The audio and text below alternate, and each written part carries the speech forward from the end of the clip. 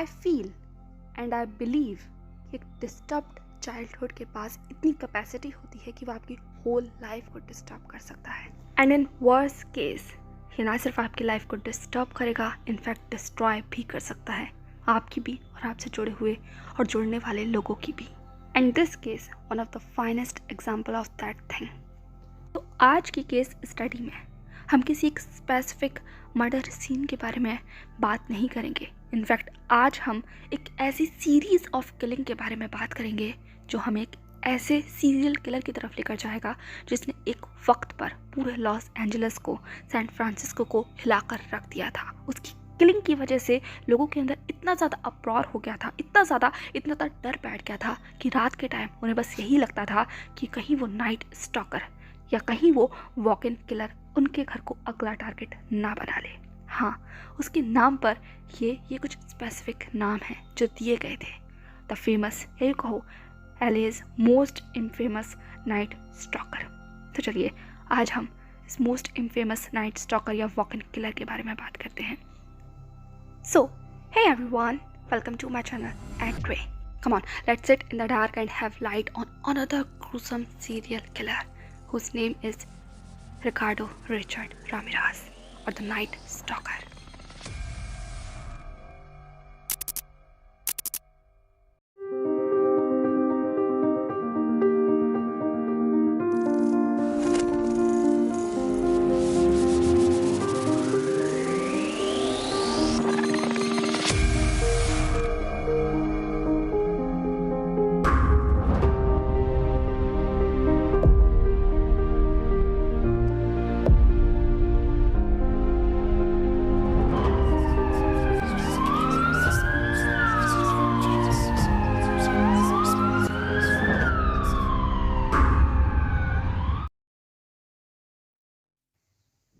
Richard Ramirez. Richard की ज़िंदगी बहुत सारे टुकड़ों में टूटी हुई है, जैसे कि उसका बर्थ, उसका चाइल्डहुड, फिर उसके बाद उसका teenage life and then adulthood, और उस अडल्टहुड से आगे बढ़ते हुए एक फुल फ्लैज्ड सीरियल किलर। कहते हैं साइकोपैथ्स या तो बॉर्न होते हैं या फिर मेड होते हैं, और रिचर्ड के केस में सेकंड ऑप्शन ज़्यादा बेटर लगा। बहुत सारे साइकेट्रिस्ट ने जब रिचर्ड के उस पूरे केस स्टडी को, उसके माइंड को, उसकी साइकोलॉजी को स्टडी किया तो सिर्फ एक ही कंक्लूजन पर वो पहुंचे थे कि रिचर्ड कोई बॉर्न साइकोपैथ नहीं था या बॉर्न सीरियल किलर नहीं था, वो एक मेड साइकोपैथ था। उसकी लाइफ के जो सारे कॉम्प्लिकेशंस थी, इंसिडेंट्स थे, एक्सीडेंट्स थे, उसने कहीं ना कहीं हद तक उसे इस तरीके का बना दिया। और इन सभी कॉम्प्लिकेशन की शुरुआत उसके बर्थ से ही हो जाती है। तो रिचर्ड का बर्थ फरवरी 29, 1960 को अल्पासो, टेक्सास, यूनाइटेड स्टेट में हुआ था। रिचर्ड के फादर का नाम जूलियन था और उसकी मदर का नाम मर्सिडीज था। रिचर्ड के फादर एक फॉर्मर पुलिस ऑफिसर थे मैक्सिको में, पर किसी कारण के वश उनकी वो जॉब उनसे ले ली गई थी, इसीलिए उन्हें मैक्सिको से टेक्सास में शिफ्ट करना पड़ा। तो पूरी फैमिली मैक्सिको से टेक्सास में रिलोकेट हो जाती है। रिचर्ड के फादर जूलियन एक काफ़ी हार्ड वर्किंग पर्सन थे, काफ़ी डिटरमाइंड थे वो अपनी जॉब को लेकर, इसीलिए जैसे ही वो टेक्सास में रिलोकेट होते हैं उन्होंने जॉब हंट करना शुरू कर दिया और बहुत जल्द उन्हें जॉब मिल भी जाती है सेंट फा रेलवेज में, जहाँ वो काम करना शुरू करते हैं। पर सिर्फ रिचर्ड के फादर ही नहीं थे जो वर्क कर रहे थे, उसकी मॉम मर्सिडीज भी एक शू फैक्ट्री के अंदर, या यूँ कहो एक बूट फैक्ट्री के अंदर काम करती थी। और जिस वक्त वो रिचर्ड से प्रेग्नेंट थी उस वक्त जो बूट फैक्ट्री थी वहाँ पर काफ़ी सारे केमिकल्स का इस्तेमाल होता था, ऐसे केमिकल्स जो बहुत हार्मफुल थे हेल्थ के लिए, एंड प्रेगनेंसी में तो वो और ज़्यादा हार्मफुल हो सकते थे। मर्सिडीज जब उस बूट फैक्ट्री में काम करती थी तो वो केमिकल्स वो इनहेल करती थी और धीरे धीरे कर उन केमिकल्स ने अपना असर किया, इसीलिए मर्सिडीज़ की वो पूरी प्रेगनेंसी बहुत सूदिंग नहीं थी, उसे काफ़ी कॉम्प्लिकेशंस हुई। और ये चीज़ कहीं ना कहीं रिचर्ड के बर्थ के टाइम पर भी मर्सिडीज़ ने फेस की थी। अब इस पूरे प्रोसेस ने रिचर्ड के माइंड पर किस तरीके से इफ़ेक्ट किया, ये केमिकल्स ने क्या रिचर्ड के माइंड पर कोई इफ़ेक्ट किया था या नहीं किया था, या उसके जो बिहेवियरल चेंज में इसका कोई रोल था या नहीं था, we can't say that clearly, but कुछ ऐसे नियरली डेथ एक्सपीरियंस को उसने फेस किया था जिसने डेफिनेटली उसके ब्रेन पर इफ़ेक्ट किया था। जैसे कि रिचर्ड महज 2 साल का था उस टाइम पर। वो लगभग मरते मरते बचा था।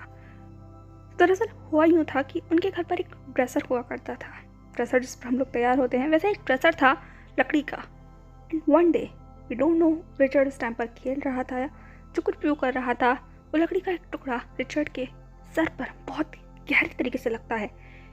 उसके फॉरहेड पर एक काफ़ी गहरी इंजरी हुई थी उस लकड़ी के एक टुकड़े से। इतनी गहरी इंजरी कि जब उस लकड़ी के टुकड़े को रिचर्ड के फॉरहेड से अलग किया गया था, उस टाइम पर एक बहुत गहरा मांस का टुकड़ा भी वहाँ से निकालना पड़ा था ताकि उस लकड़ी के टुकड़े को वहाँ से अलग किया जा सके। और उस टाइम पर रिचर्ड लगभग मरते मरते बचा था। और ये एक इंसिडेंट नहीं था, एक और इंसिडेंट हुआ था जब रिचर्ड 5 साल का था। उस टाइम पर वो स्कूल में था और वो अपने झूले पर बैठा हुआ था। एंड झूले से जब वो गिरता है सर के बल, तो एक बार फिर से उसे सर पर एक बहुत गहरी चोट लगती है एंड बहुत सारा खून बाहर निकलता है। And he was fainted on the ground. That also a nearly death experience. And जैसा कि मैंने आपसे शुरुआत में कहा था, रिचर्ड के ब्रेन पर इफेक्ट हुआ था। केमिकल का हुआ था या इंसिडेंट्स का हुआ था, एक्सीडेंट्स का हुआ था, we clearly don't know that, but हाँ, इफेक्ट हुआ था। And he had a epilepsy. और मोर स्पेसिफिकली अगर हम कहें तो temporal lobe epilepsy. He suffer with seizures. उस स्कूल में दौरे पड़ते थे और इस चीज़ ने उसके दिमाग को काफ़ी इफ़ेक्ट किया था। इनफैक्ट उसके आसपास के इन्वायरमेंट ने भी इसके अंदर बहुत बहुत गहरा रोल प्ले किया था। रिचर्ड का जो बचपन था वो बहुत ट्रबलसम था। एक एनवायरनमेंट होता है, वो बहुत टॉक्सिक एनवायरनमेंट में बड़ा हो रहा था। रिचर्ड 5 भाई बहनों में सबसे छोटा था। जैसे कि मैंने आपको स्टार्टिंग में ही बताया, रिचर्ड के फादर एक फॉर्मर पुलिस ऑफिसर थे और वो रिलोकेट होकर मैक्सिको से यहाँ टेक्सास में आ गए थे। बट रिचर्ड के फादर बेशक चाहे कितने भी डिटरमाइन हो, हार्ड वर्किंग हो अपनी जॉब को लेकर, बट वो एक एब्यूसिव थे। अल्कोहलिक एब्यूसिव कैरेक्टर था उनका। और उनका ये एब्यूसिव और अल्कोहलिक जो बिहेवियर था वो बच्चों पर भी नज़र आता था। वो अपनी वाइफ को बहुत मारते पीटते थे। अपने बच्चों के साथ भी वो ऐसा ही बर्ताव रखते थे, उन्हें भी वो मारते पीटते थे। और ये सब कुछ देखते देखते रिचर्ड बड़ा हुआ था। बचपन से ही उसने घर के इस टॉक्सिक एनवायरनमेंट के अंदर ब्रीथ करना शुरू किया था। उसके बाद उसकी हेड इंजरीज और उसके खुद के जो पर्सनल हेल्थ इश्यूज़ थे वो भी उसके दिमाग पर हावी हो रहे थे। उसे सीजर्स आते थे स्कूल में, तो स्कूल में भी वो एक डिस्टेंस मेंटेन करने लगा था। उसे कहीं पीस ऑफ माइंड नहीं मिलता था। इसीलिए रिचर्ड बचपन से ही, छोटी उम्र से ही अपने घर से दूर रहना चाहता था। वो घर जाना नहीं चाहता था, लौटना नहीं चाहता था। इसलिए बहुत सारे जगह पर यह भी पढ़ा गया है कि रिचर्ड घर से भागकर जाकर कब्रिस्तानों में सोता था ताकि वो बस सुकून महसूस कर सके, या यूँ कहो अपने उस घर से वो भाग सके। ऐसे ही भागते भागते रिचर्ड 10 साल का हो चुका था। 10 साल में रिचर्ड की लाइफ में कुछ चेंज आए, जैसे कि उसके फादर अल्कोहलिक थे, जैसे मैंने आपको बताया, और इस चीज़ ने रिचर्ड के ऊपर भी इफेक्ट किया था। 10 साल की उम्र तक रिचर्ड अल्कोहल कंज्यूम करने लग गया था। And not only alcohol, he also consume marijuana. Imagine करो, एक 10 साल का बच्चा, उसका फैमिली एनवायरनमेंट इस तरीके का है, उसके फादर एब्यूजिव हैं, उसकी मॉम उसको सामने वो पीटते हुए देखता है, एक्सप्लॉइट होते हुए देखता है, टॉर्चर करते हुए देखता है। उसके बाद उसकी खुद की हेल्थ इश्यूज़ जो हैं, उसको सीजर्स आ रहे हैं। स्कूल में उसका किस तरीके का एनवायरनमेंट है, बच्चों से बात करना पसंद कर रहे हैं या नहीं कर रहे हैं। और उस पर से उसने एक नई हैबिट को जनरेट कर लिया है खुद के अंदर, वो है अल्कोहल की हैबिट, मैरिजुआना की हैबिट।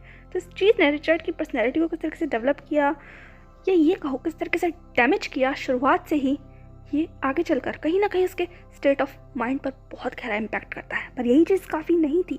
अभी तो रिचर्ड ने अपने उस डिस्टर्ब्ड चाइल्डहुड में सिर्फ कदम रखा था। जैसे जैसे रिचर्ड टीन एज की तरफ बढ़ रहा था, रिचर्ड की लाइफ में एक और शख्स की एंट्री होती है। और इस बार इस शख्स ने रिचर्ड के माइंड के ऊपर जो इफेक्ट किया उसे हम शब्दों में बयान नहीं कर सकते। रिचर्ड की लाइफ में उसकी कज़न की एंट्री होती है। व्हेन रिचर्ड वॉज ऑलमोस्ट 12 और 13 year old, he met with his cousin Miguel. And अब रिचर्ड ने अपना मोस्ट ऑफ द टाइम अपने कज़न के घर पर ही स्पेंड करना शुरू किया। मिगेल बहुत बैड इन्फ्लुएंस था, बहुत ज़्यादा। मैं डिस्क्राइब नहीं कर सकती वर्ड में जब मैंने मिगेल के बारे में पढ़ा। एंड उसने किस तरीके से एक छोटे बच्चे के माइंड को करप्ट किया, आई हैव नो वर्ड। पर हाँ, मिगेल के कैरेक्टर को पढ़ते वक्त मुझे वो कहावत याद आई थी जिसमें कहते हैं ना, संगत बहुत बड़ा असर करती है। जैसी संगत होगी हमारी भी फितरत बिल्कुल वैसे ही हो जाएगी। वैसे ही रिचर्ड के केस में हुआ। तो जब रिचर्ड मिगेल से मिला था तो उस टाइम पर मिगेल की उम्र काफ़ी ज़्यादा थी। मतलब रिचर्ड और मिगेल के बीच में काफ़ी अच्छा खासा एज डिफरेंस था, लेकिन फिर भी रिचर्ड घर से भागना चाहता था और इसे एक इन्फ्लुएंस मिल गया था, एक सो कॉल कूल ब्रोक कज़न मिल गया था। तो रिचर्ड बस मिगेल के आसपास घूमने लगा। और Miguel he had been an army green beret combat वेटनर who served in the Vietnam war. And अपने वियतनाम वॉर के जितने भी सारे इंसिडेंट थे वो मिगेल ने रिचर्ड को बताना शुरू किया, और वो बहुत ज़्यादा ऑफुल थिंग थी। वो अपने एक्सपीरियंस के नाम पर रिचर्ड को बताता था कि किस तरीके से उसने वॉर में किस तरीके से सिविलियन के साथ उसने एक बार्बरिक बिहेव किया, उन्हें टॉर्चर किया, उन्हें हद से ज़्यादा ट्रॉमेटाइज किया। एंड स्पेशली वियतनाम वुमेन्स को उसने किस तरीके से रेप किया, उन्हें कैसे एक्सप्लॉइट किया, उनके साथ किस तरीके का ऑफुल और वॉयलेंट बिहेवियर किया। जो कुछ भी उसने उन सब लेडीज़, उन सब वुमेन्स के साथ किया था, उन सब को उसने कैप्चर किया था पिक्चर्स के अंदर। और वो इतनी ज़्यादा डिस्टर्बिंग पिक्चर थी कि किसी नॉर्मल अडल्ट के माइंड पर भी वो एक बहुत गहरा इम्पैक्ट डाल सकती थी। और उस वक्त तो रिचर्ड सिर्फ एक 10-12 साल का बच्चा था, तो सोचो उसके दिमाग पर उन सारी फोटोग्राफ्स ने क्या असर किया होगा। पर मिगेल को इन सब बातों से कोई फ़र्क नहीं पड़ना था। वो तो और ज़्यादा शो ऑफ करता था अपने उन सारी हरकतों का एंड अपने उन सारे कारनामों का जो कुछ भी उसने वियतनाम में किया था। वो बस रिचर्ड को कहानी की तरह सब कुछ सुनाता रहता था, दिखाता रहता था, और रिचर्ड सब कुछ एब्जॉर्व करता रहता था। एंड ना ही सिर्फ वो एब्जॉर्ब कर रहा था, रिचर्ड से जब बाद में इस सब चीज़ों के बारे में पूछा गया तो उसने खुद ये एक्सेप्ट किया कि ही वॉज फैसिनेटिंग। वो उन सब पिक्चरों को देखकर फैसिनेट होता था, उसकी सेक्सुअल डिज़ायर बढ़ती थी एंड वो रियली लिटरली सेक्सुअली खुद को एक्साइटेड महसूस करता था उन सभी डिस्टर्बिंग पिक्चर्स को देखकर। तो लोगों के लिए वो किससे वो पिक्चर्स डिस्टर्बिंग हो सकते थे, पर रिचर्ड के लिए वो फैसिनेशन की तरह थे। वो सेक्सुअली खुद को एक्साइटेड महसूस करता था उन पिक्चर्स को देखकर। अब रिचर्ड के लिए मिगेल एक सो कॉल्ड कूल कज़न तो बन ही गया था, पर ऐसा ही नहीं था वो सिर्फ उसका कज़न था, वो उसका टीचर भी बना था। या बिल्कुल करेक्ट, मिगेल रिचर्ड को बहुत सारी चीज़ें सिखाता था, जैसे कि उसकी स्पेशल स्किल्स, वो सारी स्किल्स जो उसने वियतनाम में स्पेशली यूज़ की थी लोगों को टॉर्चर करने के लिए, उन्हें किल करने के लिए, उन्हें कैप्चर करने के लिए। वो सारी स्किल्स को मिगेल रिचर्ड को सिखा रहा था। And as a good student Richard भी इन सब चीज़ों को बहुत बखूबी सीख रहा था।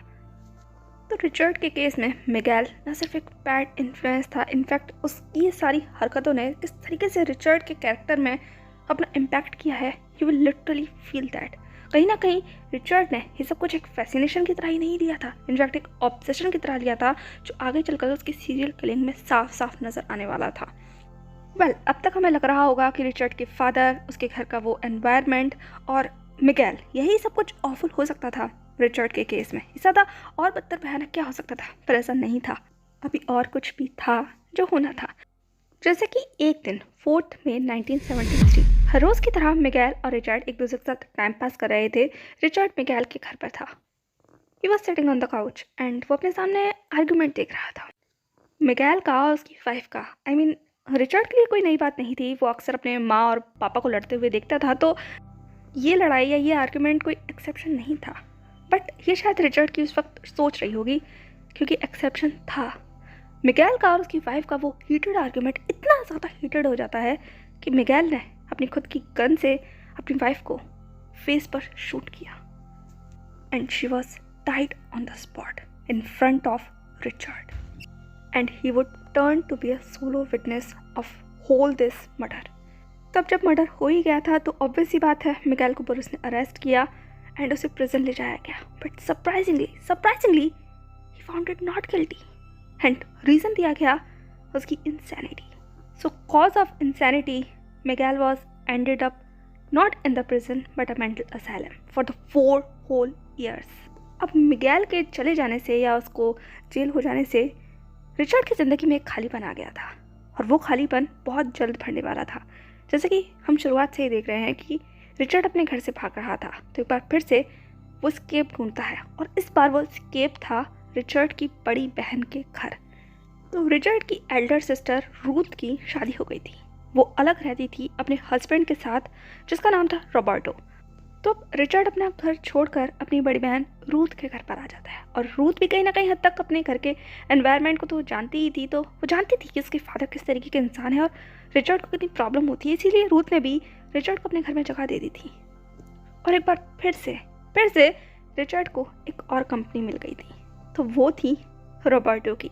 मिगेल गया तो एक और इन्फ्लुएंस शख्स रिचर्ड की ज़िंदगी में शामिल हो गया, रॉबर्टो। और जैसे मिगेल ने रिचर्ड को बहुत कुछ सिखाया, रॉबर्टो भी कहाँ पीछे रहने वाला था, उसने भी रिचर्ड को बहुत कुछ सिखाया। जैसे कि रात को घर से बाहर निकलकर लोगों के घर में ताक झांक करना, और वो भी कोई ऐसे वैसे लोग नहीं, प्रिटी ब्यूटीफुल अट्रैक्टिव लेडीज़ के घर में ताक झांक करना। लगभग हर रोज़ रात होने के बाद रॉबर्टो रिचर्ड को लेकर बस गलियों में निकल जाता था, और वो ऐसे घरों को ढूंढता था जिनकी खिड़कियां खुली रहती थी, और उन खिड़कियों से झांक कर वो अंदर के पूरे नज़ारे को देखता था, स्पेशली वुमेन्स को अनड्रेस होते हुए, उन्हें कपड़े चेंज करते हुए, उन्हें बाथरूम में जाते हुए, क्योंकि ये सब चीज़ें रॉबर्टो को सेक्सुअली एक किक देती थी। और यही चीज़ कहीं ना कहीं अब धीरे धीरे कर रिचर्ड के माइंड में भी डेवलप होने लग गई। वो भी इंजॉय करने लगा ये सारी चीज़ों को।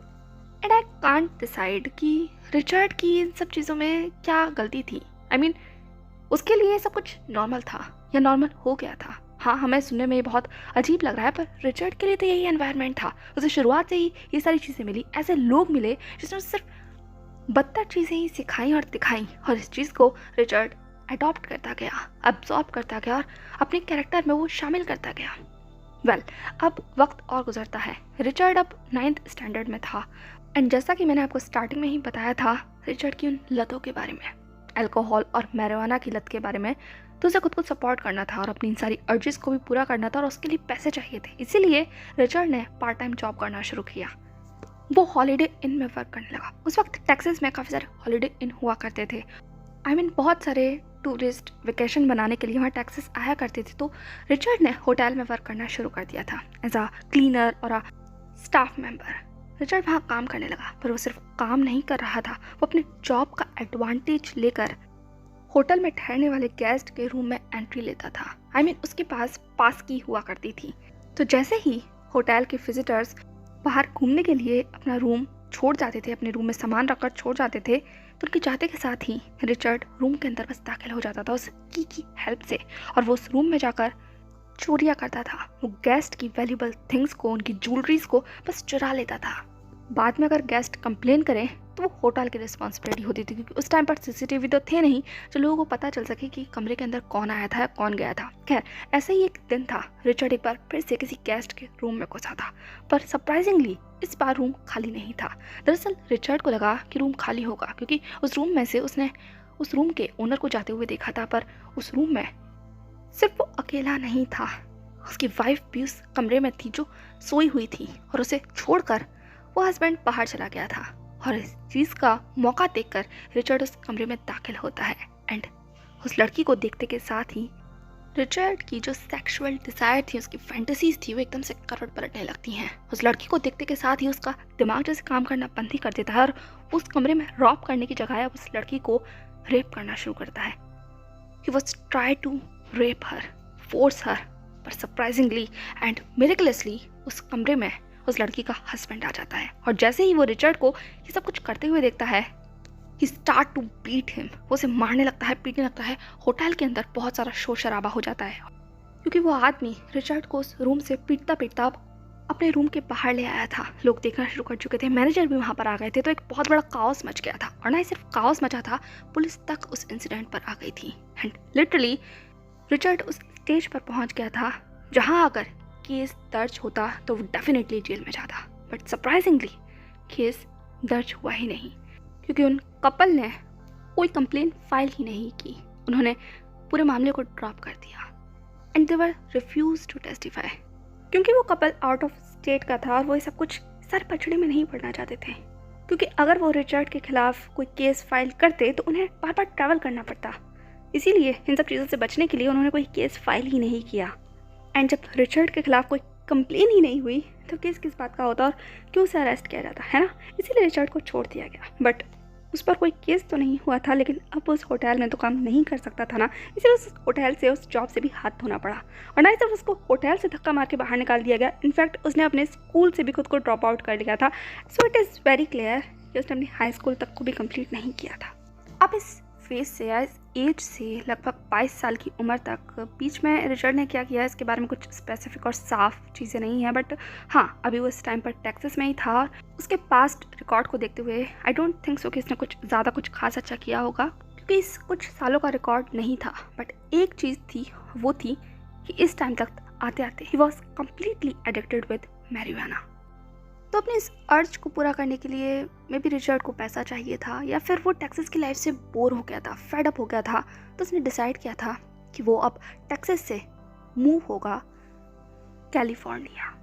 और यहीं से शुरू होता है रिचर्ड की लाइफ का एक ऐसा डार्क फेज जिसने उसे एक नई पहचान दी, नाइट स्टॉकर और अ वॉक इन किलर।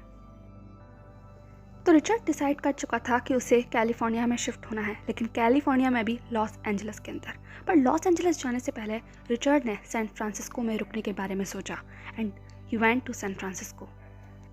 और उसमें भी वो सैन फ्रांसिस्को के टेंडरलाइन डिस्ट्रिक्ट में रुकता है। एंड यहीं पर रिचर्ड ने अपनी लाइफ का फर्स्ट क्राइम अटेम्प्ट किया था, ऐसा क्राइम जिसके बारे में बहुत से लोगों को पता भी नहीं था। आई मीन एक अनसॉल्व्ड मर्डर की तरह ही रह गया until 2009। तो क्या हुआ था 10 अप्रैल 1984 को। So as I told you before, Richard California move होने से पहले कुछ वक्त के लिए सैन फ्रांसिस्को के टेंडरलाइन डिस्ट्रिक्ट में रुका था। और यही टेंडरलाइन डिस्ट्रिक्ट में एक 9 साल की बच्ची रहती थी जिसका नाम था Mei Leong. I know may be मैं नेम गलत प्रोनाउंस कर रही हूँ, बट एक चाइनीज़ अमेरिकन नेम है। तो लेओंग एक चाइनीज़ अमेरिकन थी, फैमिली के साथ वहीं टेंडरलाइन डिस्ट्रिक्ट में रहती थी। अब एक दिन उसका भाई 8 साल का और वो वहीं कहीं खेल रहे थे। खेलते खेलते वो अपने घर के बाहर आ गए थे, जहाँ पर वो एक डॉलर का बिल ढूंढ रहे थे। और उन्हें ऐसा करते हुए रिचर्ड ने देख लिया। वो बहुत देर से शायद उन्हें इस तरीके से ऑब्जर्व कर रहा था और फाइनली उसे अपना एक फर्स्ट टारगेट मिल गया था, और वो थी 9 साल की मेई लेओंग। जब वो बाहर उस बिल को ढूंढते हुए आई तो रिचर्ड ने उसे अप्रोच किया एंड बिल्कुल किसी गुड अंकल की तरह उसने उस छोटी बच्ची से कहा कि क्या तुम कुछ ढूंढ रही हो। शायद लेओंग ने कहा होगा कि हाँ वो कुछ ढूंढ रही है, एंड मे बी उसने उसे बताया हो। तो रिचर्ड ने उससे कहा कि उसे पता है कि वो $1 बिल कहाँ है। अगर उसे वो बिल चाहिए तो उसे उसके साथ चलना होगा, वो भी बेसमेंट की तरफ। Poor Leong, I think she was so naive and innocent just because उसने क्लेवर रिचर्ड की बातों पर बिलीव कर लिया और वो उसके साथ साथ बेसमेंट में चली जाती है। एंड दैट द मोमेंट जो इनोसेंट और नाइव और हेल्पफुल अंकल होने का रिचर्ड रामिरेज प्रिटेंड कर रहा था, वो एकदम से अपनी क्रूअल और बैड साइड में स्विच हो जाता है। इसका रिजल्ट था कि उसने उस 9 साल की बच्ची को पहले तो बहुत पीटा, उसे मारा, उसे बांधकर उसे बहुत टॉर्चर किया, असॉल्ट किया। और जब वो बच्ची इतना सब कुछ झेलकर अधमरी हालत में पहुंच गई थी तो रिचर्ड ने वहीं कहीं पड़े हुए एक स्विच वायर से उसके गले को घोंट दिया and she was died in her own apartments basement. ये सब कुछ जब हुआ था मे भी शायद उनके पेरेंट्स घर पर नहीं होंगे, और जो उसका भाई था वो भी ऑलरेडी बहुत छोटा था, 8 साल का था, और वो अपनी बहन को ढूंढ रहा था। पर उसे नहीं पता था कि उसकी बहन तो उस घर के बेसमेंट में ही है और उसके साथ क्या हो रहा है। और तब तक फाइनली लेओंग को ढूंढा गया। तब तक ऑलरेडी बहुत देर हो चुकी थी। रिचर्ड वहाँ से भाग गया था और लेओंग वो अब हम सबके बीच में नहीं थी। अब जब ये क्राइम हुआ था उस वक्त रिचर्ड तुरंत सैन फ्रांसिस्को छोड़कर अब लॉस एंजलिस की तरफ चला गया था। और ये सब जब कुछ हुआ था, पुलिस ने इन्वेस्टिगेशन करना भी शुरू किया, तो उस टाइम पर रिचर्ड का कोई सबूत ही वहाँ नहीं मिला, इसीलिए केस अनसॉल्व रह जाता है। बट बहुत टाइम के बाद 2009 में जब कोई DNA स्कैनिंग चल रही थी तो उसमें ये वाला केस सामने आता है और रिचर्ड का DNA इस केस से मैच हो जाता है। तब जाकर ये फर्स्ट क्राइम रिचर्ड का बाहर आता है और सबको पता चलता है कि रिचर्ड ने एक और हीनियस क्राइम किया था। अपने उन सारी क्राइम की लिस्ट को शुरू होने से पहले ये उसका फर्स्ट क्राइम था, क्योंकि ये तो सिर्फ शुरुआत थी और लिस्ट अभी बहुत लंबी जानी थी, बहुत ज़्यादा। और ये सब कुछ शुरू हो रहा था 1984 से और एंड हुआ 1985 तक। तो इन पूरे 1 साल में जो रिचर्ड ने आतंक मचाया था उसकी फहरिस्त शुरू होती है लॉस एंजलिस की। और यहीं से शुरू हुई थी ये सीरियल किलिंग। सैन फ्रांसिस्को से होते होते फाइनली रिचर्ड एंड अप होता है साउथ ऑफ लॉस एंजलिस के। तो ईयर तो अभी भी वही था 1984, पर मंथ चेंज हो गए थे, यानी कि अप्रैल, मई, जून। जून पहुंच गया था, 28 जून। इन कुछ महीनों में रिचर्ड ने अपने आप को साउथ लॉस एंजलिस में लगभग सेटल कर लिया था। वो इधर उधर के काम करता, चोरी चकारी करता और नशे की लत वो तो उसे ऑलरेडी थी ही, और यहाँ लॉस एंजलिस में आके ही नशे की लत और ज़्यादा बढ़ जाती है और अब वो मैरिजुआना से कोकेन पर ट्रांसफ़र हो जाता है। और कोकेन की लत मैरिजुआना की लत से भी ज़्यादा भयानक थी उसके लिए। इसी वजह से उसने अब चोरी को एक और स्टेप लेवल पर बढ़ाने के बारे में सोचा।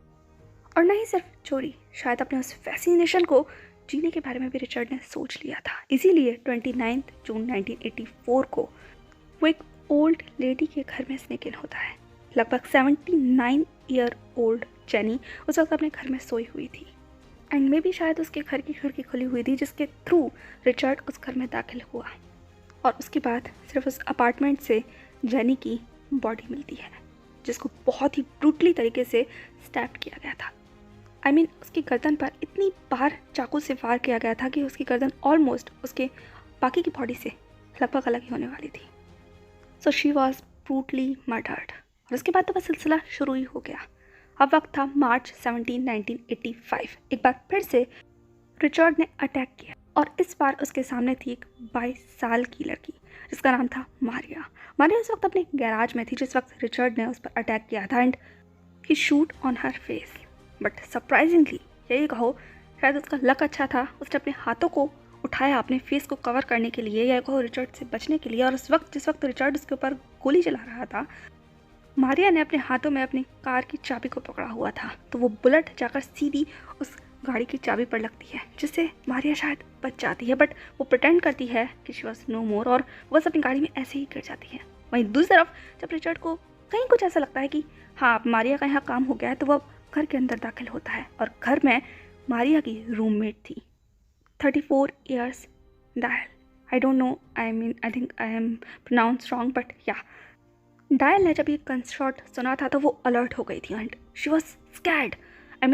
ऑब्वियस ही बात है, उसने जब गन शॉट सुना, अपनी फ्रेंड की चीखने चिल्लाने की आवाज़ सुनी, तो वो बस अलर्ट हो गई और वो बस छुपने की कोशिश करने लगी। And she tucked behind the kitchen counter. But unfortunately जिस वक्त रिचर्ड घर के अंदर दाखिल हुआ और कहीं ना कहीं थोड़ी सी क्यूरियोसिटी डायल के मन में जागी थी कि आखिर हो क्या रहा है घर में, यही सोचकर उसने अपना सर बस हल्का सा उठाया था, हल्का सा देखने के लिए कि बाहर हो क्या रहा है। उसी वक्त रिचर्ड की नज़र डायल पर पड़ जाती है and that's the moment Richard एक बार फिर से अपनी गन से डायरेक्ट डायल के फेस पर शूट करता है। और डायल के पास कोई भी चीज़ नहीं थी।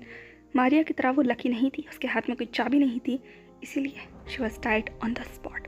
और इसके बाद रिचर्ड उस पूरे घर को खंगालना शुरू करता है। उस घर में जितनी भी वैल्यूबल चीज़ें थी, फिर वो चाहे ज्वेलरी हो या और भी कोई वैल्यूबल आइटम हो, उन सब को चुराने के बाद वो उस घर को छोड़कर बाहर निकलता है।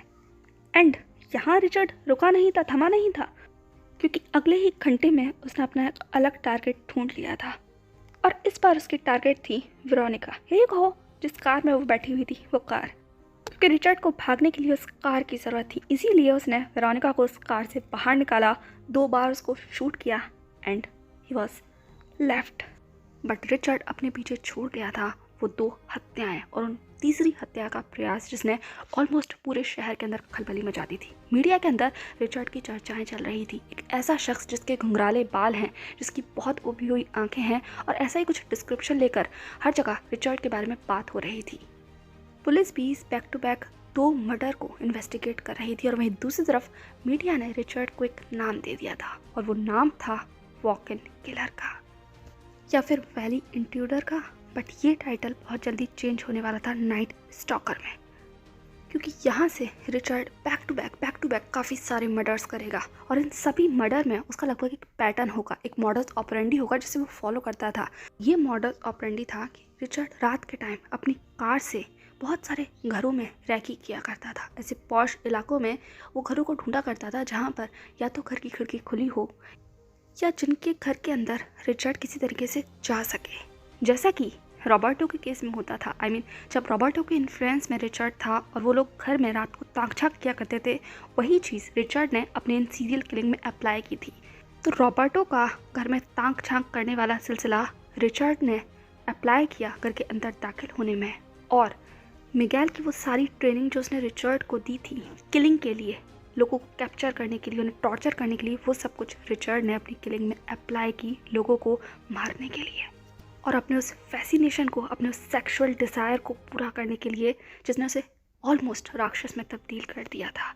अब दिन था 27 मार्च 1985।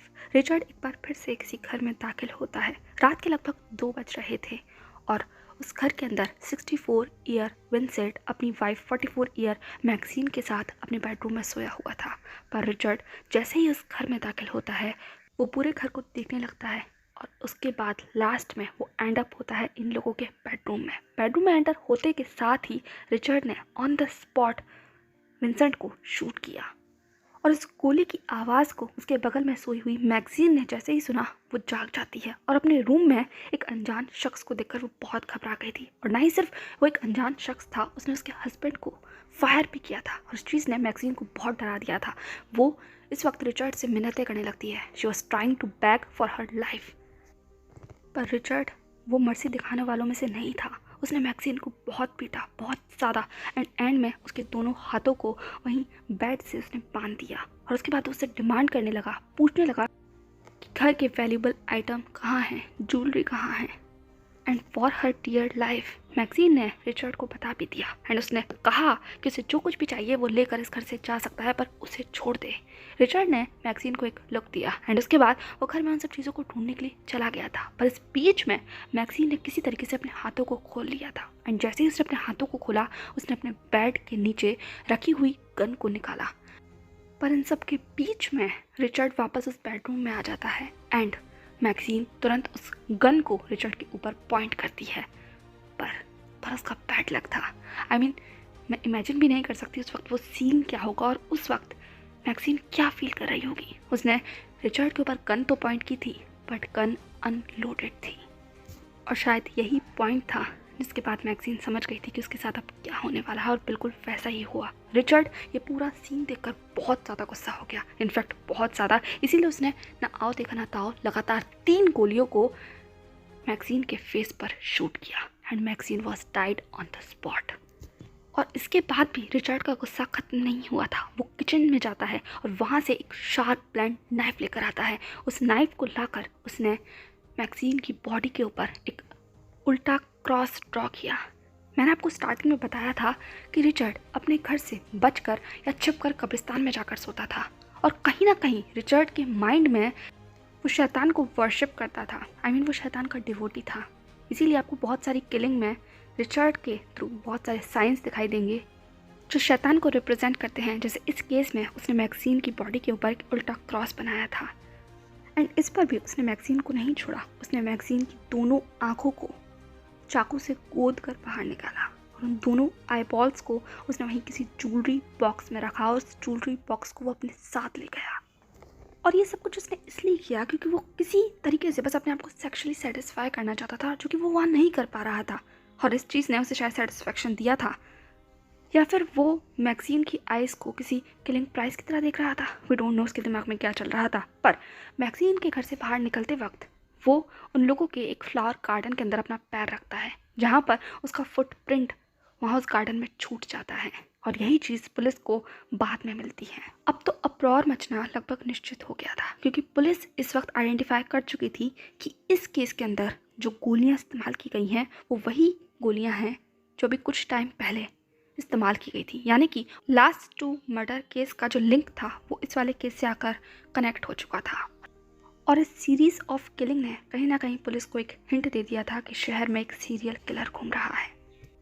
And on the other hand Richard become completely uncontrollable. उसने 14 मई 1985 को एक और घर को ब्रोक किया। ये घर मॉन्ट्री पार्क में था। वो इस घर के अंदर एंट्री लेता है। इस घर में 66 ईयर बिल अपनी 56 year old disable wife Lillian के साथ रहता था। और उस रात यानी कि 14 मई 1985 जिस दिन रिचर्ड बिल के घर में एंट्री लिया था उस वक्त बिल शायद अपनी वाइफ की कोई केयर टेकिंग कर रहा था। कहीं ना कहीं वो रिचर्ड के आने से अलर्ट हो गया था और उसने रिचर्ड को कन्फ्रंट करने की कोशिश की। उन दोनों के बीच में शायद कोई आर्ग्यूमेंट या फिर कुछ वर्बल फाइट हुई होगी, we don't know. But Maxine की तरह रिचर्ड ने भी खुद को प्रोटेक्ट करने के लिए अपनी हैंड गन को उठाने के बारे में सोचा, लेकिन इस बीच में रिचर्ड ऑलरेडी बिल के सामने आ जाता है and he shoot him on face, जिसके बाद bill passed away in the hospital. But Richard यही नहीं रुका था, वो घर के अंदर इधर उधर खंगालना शुरू करता है और वो पहुंचते पहुंचते लिलियन के रूम में पहुंच जाता है, जहां पर वो ओल्ड डिसेबल वुमेन अपने रूम में बस लेटी हुई थी। पर रिचर्ड को तो वो एक प्रे की तरह लगती है, इसीलिए उसने लिलियन को बहुत बार मल्टीपल टाइम्स रेप किया, उसके हाथों को बांधा और उसे बहुत बार पीटा भी। आफ्टर दैट वो लिलियन को वहीं छोड़कर घर से जितनी भी वैल्यूएबल चीज़ें थी उन्हें चुरा कर भाग जाता है। एंड लगभग 2 हफ्ते के बाद ऑन 29 मई रिचर्ड अपनी चोरी की हुई मोन्रोविया कार से 83 ईयर मेबल के घर पर पहुंचता है, जहां वो 81 ईयर अपनी ओल्ड सिस्टर फ्लोरेंस के साथ रहती थी। तो उस दिन भी वो अपने घर पर ही थी जिस दिन रिचर्ड उनके घर के अंदर दाखिल होता है। वो सीधा किचन में जाता है और वहाँ से एक हैमर को पिक करता है। उस हैमर से सबसे पहले वो फ्लोरेंस को पीटता है, उसके बाद वो सीधा मेबल के पास जाता है, वहाँ उसकी वो दोनों कलाइयों को एक साथ रस्सी से बांधता है और अब मेबल और फ्लोरेंस को वहीं ज़मीन पर ऐसे ही छोड़कर वो इलेक्ट्रिक कॉर्ड को अप्रोच करता है और उन दोनों वुमेन को वो इलेक्ट्रिक शॉक देता है। दोनों लगभग अधमरी हालत में ज़मीन पर तड़प रही थी, लेकिन इस पर भी रिचर्ड का मन नहीं भरा था।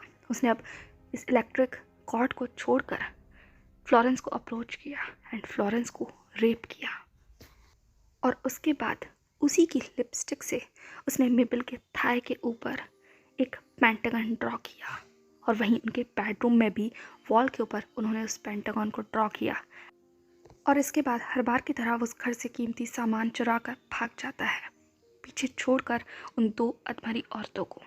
वो दोनों 2 दिन तक सरवाइव करती हैं एंड 2 दिन के बाद जब पुलिस उन्हें रेस्क्यू करती है और हॉस्पिटल पहुंचाती है, सिर्फ फ्लोरेंस थी जो सरवाइव कर पाई, क्योंकि मेबल की वहीं क्रिटिकल सिचुएशन में डेथ हो जाती है। अब फ्लोरेंस और मेबल को तो 2 दिन हो गए थे हॉस्पिटल पहुंचाते पहुंचाते, पर इन 2 दिन के बीच में रिचर्ड नहीं रुका था। वो मेबल और फ्लोरेंस को हमला करने के साथ यानी कि अगले ही दिन वो एक और शख्स को अपना टारगेट बनाता है और वो था 42 इयर्स कैरल। वो कैरल के घर के अंदर घुसता है, जहाँ पर उसे उसकी वाइफ वर्जीनिया मिलती है। वो बंदूक की नोक पर घर में बहुत तोड़फोड़ करता है और इस बीच में उसमें एक छोटा बच्चा भी था, 11 साल का बेटा, जो अपने कमरे में सोया हुआ था। पर ये सारी आवाज़ों को सुनकर वो कमरे से बाहर आ जाता है और बाहर आकर देखता है कि उसकी माँ और उसके पापा किसी एक तीसरे शख्स से लड़ रहे हैं। जैसे ही उस छोटे बच्चे को रिचर्ड देखता है, उसके दिमाग में खुराफाती प्लान शायद पनप चुका था। उसने कैरल को इंजर्ड किया, पर उस छोटे बच्चे को उसने फोर्स किया कि वो घर में दिखाए कहाँ पर वैल्यूएबल चीज़ें हैं और उस बच्चे को लेकर वो पूरे घर के अंदर घूमने लगा, उन सारी वैल्यूएबल चीज़ों को चुराने लगा। और इस पर भी वो रुका नहीं था, उसने उस छोटे बच्चे को हैंड कफ किया। उसके बाद वो वर्जीनिया को अप्रोच करता है और उस वर्जीनिया का मल्टीपल टाइम रेप करता है उस बच्चे की प्रेजेंस में, और उस बच्चे को ये फोर्स करता है कि वो पीछे मुड़कर ना देखे, क्योंकि अगर वो पीछे मुड़कर देखेगा तो वो उसकी आंखें निकाल लेगा। पर वो आवाज़ें वो तो कहीं नहीं गई होंगी ना, और उस छोटे बच्चे को भी पता था कि कहीं ना कहीं क्या हो रहा है, उसके ब्रेन पर ये पूरा इंसिडेंट क्या इफ़ेक्ट किया होगा। We can't say in word and we can't imagine, but ये सब कुछ बहुत ऑफल था, बहुत ज़्यादा हॉरिबल था। इसके बाद रिचर्ड ने उस बच्चे को और वर्जीनिया को दोनों को हैंडकफ किया, उस घर में छोड़ा, सब कुछ समेट कर वो बस घर से भाग गया। तो एक और वारदात घट गई थी, पर यही सिलसिला रुका नहीं था। आई नो बहुत कंफ्यूजिंग है, आई मीन बहुत सारे इतने सारे वारदात हो रही हैं, इतने सारे क्राइम हो रहे हैं। आप लोग सोच रहे होंगे कि पुलिस क्या कर रही थी, तो पुलिस ढूंढने की कोशिश कर रही थी, पर वो जब तक ढूंढ पाती तक और एक और क्राइम अटेम्प्ट हो चुका होता था। तो इस वक्त सच में एक बहुत अपराध था। अब दिन था जुलाई 2। रिचर्ड ने एक बार फिर से एक कार चोरी की और वो थी टोयोटा, जिसको लेकर वो रैंडमली एक घर को सिलेक्ट करता है, जिसके अंदर 75 ईयर मैरी आराम से अपने घर के बेडरूम में सो रही थी। पर तब तक ही जब तक कि रिचर्ड उस घर में दाखिल नहीं हुआ, क्योंकि जैसे ही रिचर्ड उस घर में दाखिल हुआ, हर बार की तरह उसने यहाँ पर भी वही सब कुछ करना शुरू किया। यानी कि उसने मैरी को पीटा, उसे बांधा, उसके घर से सारी वैल्यूएबल चीज़ों को चुराया एंड उसे अनकॉन्शियस छोड़कर वो भाग गया। और 2 दिन के बाद जब उसके बारे में पुलिस को पता चला, आसपास के लोगों को पता चला, तब तक कि मैरी सर्वाइव नहीं कर पाई थी। अब दिन था 7 जुलाई और एक और क्राइम सीन था 60 ईयर जॉयस का, जो अपने घर के लिविंग एरिया में काउच पर सो रही थी।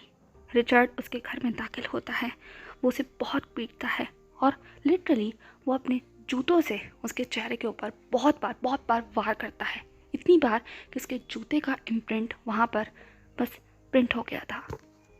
अब शूज़ का जिक्र यहाँ पर हुआ है, तो आपको याद होगा अभी कुछ देर पहले भी हमने शूज़ का जिक्र किया था जब रिचर्ड मैक्सीन के घर से भागा था और वो बैकयार्ड में अपना एक फुटप्रिंट छोड़ गया था। तो यहाँ पर आकर पुलिस को एक एवाई स्नीकर का फुटप्रिंट मिला था, जो कहीं ना कहीं इन्वेस्टिगेशन को लीड करने वाला था। On the other hand Richard अपने लिए एक बेटर टूल खरीदना चाहता था, एक ऐसा टूल जो उसके मर्डर में उसकी हेल्प करे, क्योंकि उसे ऐसा लग रहा था कि जो हैंडगन वो यूज़ करता है या बाकी और जो वेपन्स होते हैं उसके नाइफ, हैमर, हैंडकफ्स या वगैरह वगैरह जो कुछ भी वो यूज़ करता है उसमें वो वाली बात नहीं है। अब उसे एक मचाटे चाहिए थी जिससे वो आगे वाले क्राइम को हेल्प कर सके उसकी। इसीलिए वो एक शॉप पर जाता है और वहाँ से एक ब्रांड न्यू मचाटे खरीदता है, जिसे लेकर वो एक घर में दाखिल होता है। 20 जुलाई 6 ईयर लैले अपने 68 ईयर हस्बैंड मैक्स के साथ अपने घर में सोई हुई थी। जिस टाइम पर रिचर्ड उस घर के अंदर एंट्री लेता है, वो उन दोनों को ही शूट करता है हेड पर, घर में रॉबरी करता है और घर के बाहर निकल जाता है। सेम डे यानी कि 20 जुलाई को लगभग 4 बजे एक और घर के अंदर घुसता है और घुसते के साथ ही वो उस घर के हस्बैंड को शूट करता है। उसके बाद उसकी वाइफ को बाउंड करता है। 8 साल का बच्चा ये सब कुछ सुनकर बाहर आ गया था। उस बच्चे के सामने ही उस औरत का रेप करता है एंड उसके बाद घर में से सब कुछ चुरा कर वो बाहर भाग जाता है। पर उससे पहले उसने उस बच्चे को फोर्स किया था कि वो शैतान की कसम खाए। ये एक नया ऑब्सेशन था उसका। वो अपने विक्टिम से फोर्स कर ये कहता था कि वो शैतान की कसम खाए। खैर आई डोंट नो किस तरीके का माइंडसेट था रिचर्ड का, बट वो यहाँ रुका नहीं था। वो एक के बाद एक ना जाने कितने ही सारे क्राइम कर रहा था। वो हर बार बस लोगों के घर के अंदर घुसता था, उन्हें मारता था, पीटता था। कुछ लोग सर्वाइव कर जाते थे, लेकिन मोस्ट ऑफ द केस में they were lost their life. Just like that अगस्त 6 को वो फिर एक बार किसी घर में घुसा जहाँ पर क्रिस और वर्जिन अपने घर में रह रहे थे। वहाँ पर उसने उन दोनों कपल को भी ट्रॉमेटाइज किया, बट एंड में वो लोग सर्वाइव कर पाए थे। अब दिन था 8 अगस्त का। उसने एक कार को चुराया। उस कार को चुराने के बाद वो 27 ईयर ओल्ड सकीना के घर में एंट्री लेता है, जहाँ पर वो उसके हस्बैंड एलिस को पहले शूट करता है। उसके बाद वो सकीना को फोर्स करता है बताने के लिए कि घर के अंदर वैल्यूबल ज्वेलरीज और थिंग कहाँ हैं। सकीना शायद बता भी देती है, पर वो यहाँ रुकता नहीं है। वो सकीना को भी असॉल्ट करता है और घर को छोड़कर भाग जाता है। और वहीं दूसरी तरफ पुलिस, डिटेक्टिव, सबका दिमाग बहुत ज़्यादा ख़राब हो रहा था। वो सीरियल किलर को पकड़ना चाहते थे, पर कैसे पकड़े, क्योंकि कोई लीड ही हाथ में नहीं आ रही थी। रिचर्ड बहुत शातिर था। वो अपने क्राइम सीन को छोड़ने से पहले सारे क्राइम सीन से अपने फुटप्रिंट, अपने फिंगरप्रिंट जहाँ तक हो सके वहाँ तक सब कुछ साफ कर जाता था। इसीलिए पुलिस को कोई भी लीड नहीं मिल रही थी सिवाय उस फुटप्रिंट के। उस शू के डिज़ाइन को लेकर पुलिस ने सर्च करनी शुरू की थी एंड सरप्राइजिंगली उन्हें एक लीड या एक ब्रेक मिल भी जाता है। जिस तरीके के शूज़ को वो ढूंढ रहे थे वो एक स्पेसिफिक साइज़ था, यानी कि 11/2 का वो शूज़ था, जो कि बहुत सारे लोगों को सेल नहीं किया गया था। सिर्फ 6 या 7 ही पीस थे जो सोल्ड हुए थे, और उनमें से 5 तो शहर के बाहर एरिज़ोना में सोल्ड किए गए थे। यानी कि सिर्फ एक ही पेयर था जो यहाँ इस लॉस एंजलिस में सोल्ड किया गया था। पुलिस तो अपना काम कर रही थी, पर मीडिया पे पीछे नहीं थी। वो भी अपना काम कर रही थी, और वो था रिचर्ड के सारे केस को टीवी स्क्रीन पर चलाना। तो एक तरीके से रिचर्ड अपने आप को खुद मॉनिटर कर रहा था, अपने केस को, अपने क्राइम को, वो सब कुछ देख रहा था टीवी पर। तो कहीं ना कहीं से आइडिया हो रहा था।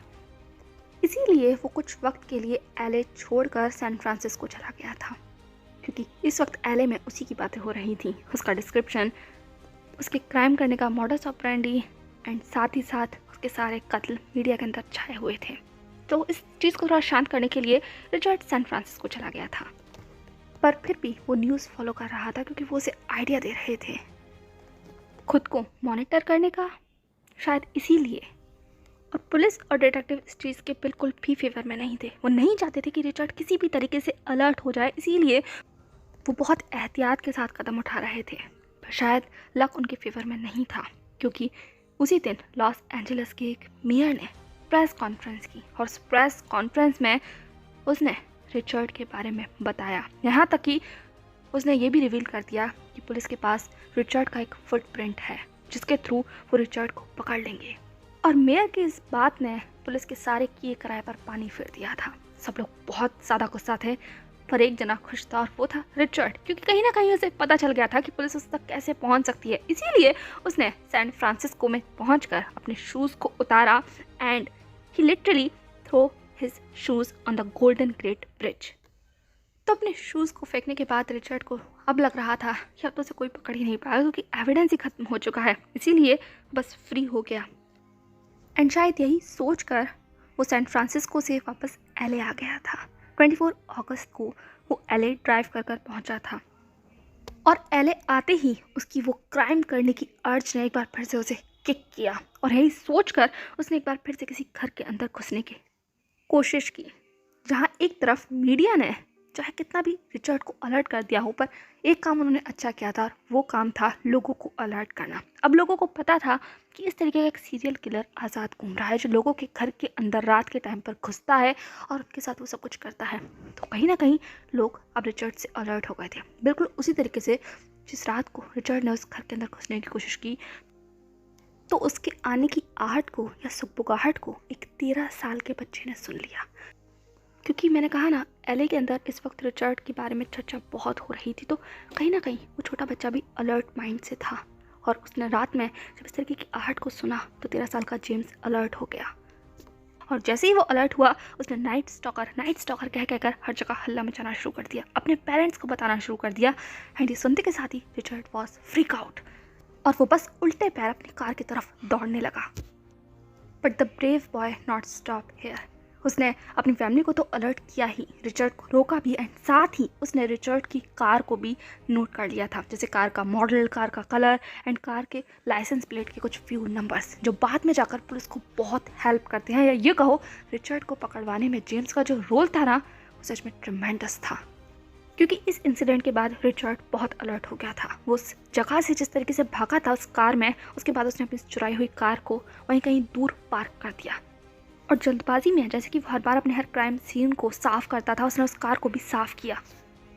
बट मे बी शायद यहाँ पर रिचर्ड का थमना निश्चित हो चुका था, क्योंकि गलती से बाय मिस्टेक उसकी एक फिंगरप्रिंट वहाँ पर छूट जाता है एंड यही फिंगरप्रिंट आगे चलकर रिचर्ड को सलाखों के पीछे पहुँचाने वाला था। तो हुआ यूँ था कि रिचर्ड तो अपनी कार को छोड़कर चला गया था, पर ये कार 4 दिन के बाद पुलिस को मिल जाती है। जो कुछ उनके पास डिस्क्रिप्शन था उसी डिस्क्रिप्शन से मिली जुली कार उन्हें एक सुनसान रोड पर पार्क मिलती है। पुलिस उस कार को अच्छे से इन्वेस्टिगेट करती है एंड उस कार के साथ साथ पुलिस को मिलता है वो fingerprint and that was the end.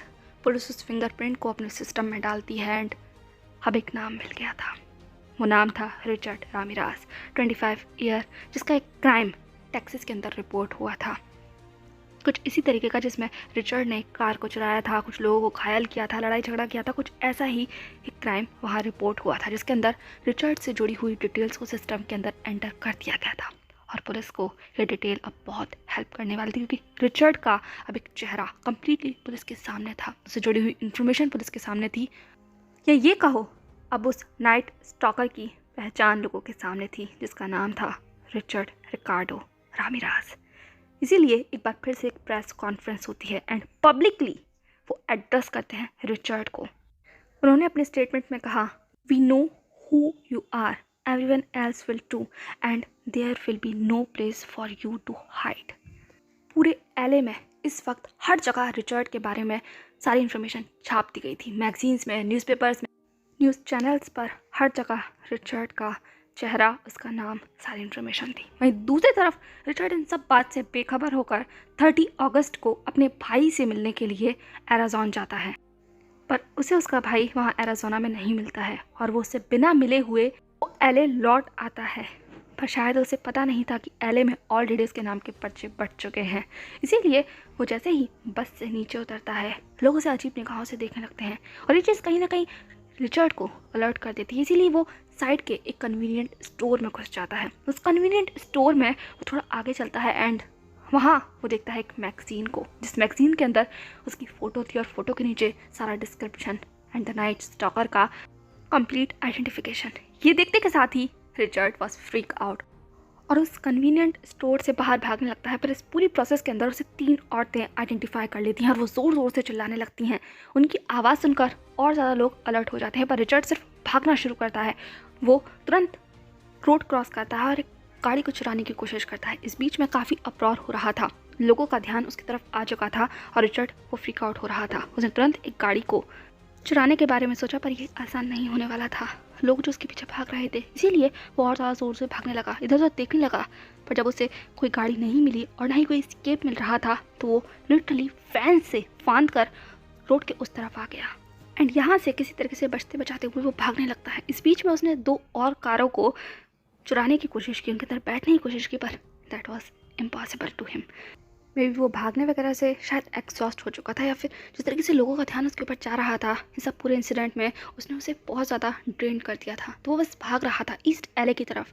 पर यहाँ आकर वो एक और गलती करता है और वो होता है एक रॉन्ग नेबरहुड के अंदर घुसने की कोशिश करना, जहाँ पर कुछ ग्रुप ऑफ मैन खड़े हुए थे, बॉयज़ खड़े हुए थे, जिन्होंने उसे पहचान लिया and they literally attack him, क्योंकि रिचर्ड द नाइट स्टॉकर की इमेज सबके सामने थी और लोग सच में बहुत पकड़ाए हुए थे। इसीलिए उन्होंने रिचर्ड को पकड़कर पीटना शुरू किया। तब तक उसे वो पीटते रहे जब तक कि उस स्पॉट पर पुलिस नहीं आ गई, और जैसे ही पुलिस वहाँ पर आई उसने ऑन द स्पॉट रिचर्ड को अरेस्ट किया and the night stalker finally police की कस्टडी में था। एंड मैं भी यही कहूँगी, फाइनली पुलिस ने रिचर्ड को पकड़ा, क्योंकि इतने सारे क्राइम को बोलते बोलते मैं भी बहुत कंफ्यूज हो गई थी। जितने क्राइम्स को मैंने रिचर्ड के बारे में पढ़ा है वो सच में भयानक थे, खौफनाक थे, और रिचर्ड का पकड़ा जाना ज़रूरी था, क्योंकि अगर वो पकड़ा नहीं जाता तो वो और कितने क्राइम करता इसके बारे में कोई अंदाज़ा नहीं लगा सकता था। खैर, अब रिचर्ड कस्टडी में था और बाहर शोर था। रिचर्ड की हर खबर को मीडिया चैनल्स के ऊपर दिखाया जा रहा था, लोग बहुत इंटरेस्ट ले रहे थे और इस चीज़ ने रिचर्ड को हद से ज़्यादा अटेंशन दे दिया था। अब बारी थी कोर्ट हियरिंग की। उसकी फर्स्ट हियरिंग के टाइम पर ही उसने कुछ ऐसा किया जिससे उसकी हाइप और ज़्यादा बढ़ गई थी, और वो था उसने अपने हाथ के ऊपर एक पेंटागन ड्रॉ किया, जिसको वो और ज़्यादा शो ऑफ करने लगा जब उसको दिखाई दिया कि मीडिया के कैमरों की निगाहें उसी के ऊपर हैं and he was showing him and his sinister mind. और यही रिचर्ड का पागलपन खत्म नहीं हुआ था, वो ज़ोर ज़ोर से मीडिया के सामने चिल्लाने लगा, हे शैतान, हे शैतान। आई डोंट नो वो अपने आप को क्या समझ रहा था और क्या दिखाने की कोशिश कर रहा था। अब रिचर्ड का फर्स्ट ट्रायल तो हो गया था और वक्त भी गुजर गया था। वक्त था 3 अगस्त 1988। तभी लॉस एंजलिस के टाइम्स रिपोर्टर ने एक रिपोर्ट पेश की, जिस रिपोर्ट में ये कहा गया कि रिचर्ड अपनी नेक्स्ट हियरिंग में प्रोसिक्यूटर को अपनी गन से शूट करने के बारे में डिसाइड कर रहा है और उसने किसी तरीके से एक गन हासिल कर ली है। ये खबर आते के साथ ही बाहर मीडिया के अंदर एक अपरौर मच जाता है। लोगों के अंदर जो खौफ था वो और ज़्यादा बढ़ जाता है, इतना ज़्यादा कोर्टरूम के बाहर एक मेटल डिटेक्टर को फिट किया गया। पर उस दिन उस ट्रायल में ऐसा कुछ भी नहीं हुआ और लोगों को ऐसा लगा कि सिर्फ एक अफवाह थी। पर 14 अगस्त की ट्रायल में अचानक से एक ज्यूरी मेंबर एब्सेंट हो जाता है, जिसकी वजह से वो ट्रायल इंटरप्ट हो जाता है एंड बाद में जो ज्यूरी मेंबर एब्सेंट हुई थी वो अपने खुद के अपार्टमेंट में मरी हुई मिलती है। उसे भी किसी ने सर पर शूट किया था। जैसे ही ये खबर बाहर आती है, लोगों के बीच में इतना ज़्यादा खौफ बढ़ जाता है, इनफैक्ट ज्यूरी तक वो भी हद से ज़्यादा अलर्ट हो जाती है, क्योंकि लोग उस ज्यूरी मेंबर की जो डेथ थी उसको कहीं ना कहीं रिपोर्टर की जो रिपोर्ट थी उससे कनेक्ट कर रहे थे और उन्हें ऐसा लग रहा था कि रिचर्ड नहीं इस औरत का मर्डर किया है या उसे शूट किया है। इसीलिए ज्यूरी भी अफ्रेड हो गई थी अपने खुद के लिए कि वो हियरिंग को किस तरीके से करेगी। इस हियरिंग का अगर जवाब मौत है उनकी खुद की, तो ऑब्वियस सी बात है वो अफ्रेड तो होंगे ही इस चीज़ के लिए। लेकिन बाद में इन्वेस्टिगेशन की जाती है एंड साफ किया जाता है कि इस चीज़ में रिचर्ड का कोई भी हाथ नहीं है, ये तो उसके खुद के बॉयफ्रेंड ने उसे शूट कर दिया था। पर कुछ भी कहो, रिचर्ड ऑलरेडी लॉस एंजलिस के अंदर एक नाम बन गया था और इस चीज़ ने कहीं ना कहीं से और ज़्यादा हाइप दे दी। रिचर्ड के ट्रायल को बहुत सारे लोगों ने देखा और ये ट्रायल काफ़ी लंबा चलता है। 7 नवंबर 1989 को फाइनली रिचर्ड को गिल्टी प्रूव कर दिया गया। उसके ऊपर 43 चार्जेस थे, जिसके अंदर 13 murder, 5 attempt to murder, 11 sexual assault and 14 robberies थी। ये सारे मामले थे जो रिचर्ड पर साबित हो चुके थे और इसके बाद रिचर्ड को सेंटेंस टू डेथ दे दिया गया, और वो भी कैलिफोर्निया के गैस चैम्बर के थ्रू। खैर, रिचर्ड को तो उसकी सज़ा मिल गई थी और वो जेल में पहुंच चुका था, पर बाहर उसकी अलग ही फैन फॉलोइंग बन गई थी, क्योंकि रिचर्ड का ट्रायल वो अब तक लॉस एंजलिस का सबसे ज़्यादा एक्सपेंसिव ट्रायल था, क्योंकि उस समय इसके ट्रायल में लगभग 1.8 मिलियन डॉलर खर्च हुए थे, जो उस टाइम के लिए बहुत ज़्यादा थे। और उससे भी ऊपर जिस तरीके से रिचर्ड खुद को प्रेजेंट किया करता था, खुद को मीडिया के सामने अपेयर किया करता था, वो एक अलग ही चीज़ हुआ करती थी। वो अपने आप को एक किंग की तरह दिखाता था, एक हीरो की तरह दिखाता था। एंड उससे भी ज़्यादा ऊपर अपने डेथ सेंटेंस के टाइम पर उसने खुद मीडिया के सामने रिपोर्टर से ये कहा कि big deal, death always went with the territory, see you in the Disneyland. और ये चीज़ इतनी ज़्यादा वायरल हुई थी उस टाइम पर लोगों के बीच में, ये कहो रिचर्ड का पूरा केस ही उस वक्त मीडिया के अंदर बहुत वायरल था। वो तो शुक्र है उस टाइम पर सोशल मीडिया नहीं हुआ करता था, वरना क्या हाल होता पता नहीं।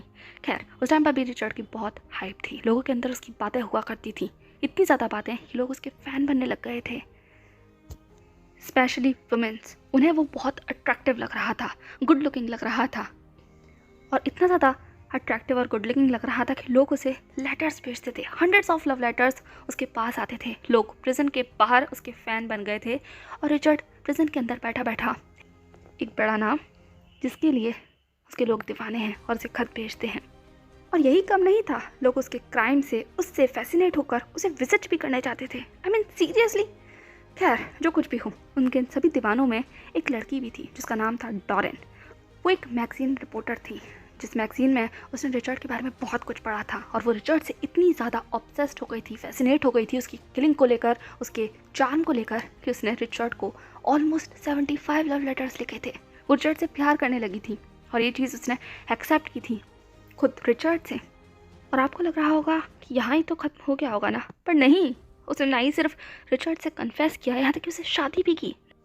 3 अक्टूबर 1996 में दे वर मैरिड, और ये शादी लंबे वक्त तक चलती है। डॉरेन ने इस शादी को 2009 तक कंटिन्यू रखा, तब तक कि उसे पता नहीं चला कि रिचर्ड ने उस 9 साल के बच्चे के साथ क्या किया था। उससे पहले रिचर्ड ने जो कुछ भी किया वो सब कुछ उसके लिए ओके था, पर वो 9 साल की बच्ची का जो क्राइम था, उसने कहीं ना कहीं डॉरेन को शायद जगाने में हेल्प की, क्योंकि उसके बाद उसने रिचर्ड से अपने सारे रिश्तेनातों को तोड़ दिया था। बट रिचर्ड, उसकी फ़ैन फॉलोइंग यहाँ कहाँ ख़त्म हुई थी, वो तो जेल में बैठकर भी काफ़ी सारे इंटरव्यूज़ देता था, रिपोर्टर्स उससे मिलने आते थे, काफ़ी सारी डॉक्यूमेंट्रीज़ के लिए भी किया उसने, काफ़ी सारे इंटरव्यूज़ दिए हैं। डॉक्टर और साइकोलॉजिस्ट ने भी रिचर्ड के माइंड को स्टडी किया, ये जानने के लिए कि कोई आदमी इतने सारे सीरियल किलिंग एक साथ कैसे कर सकता है।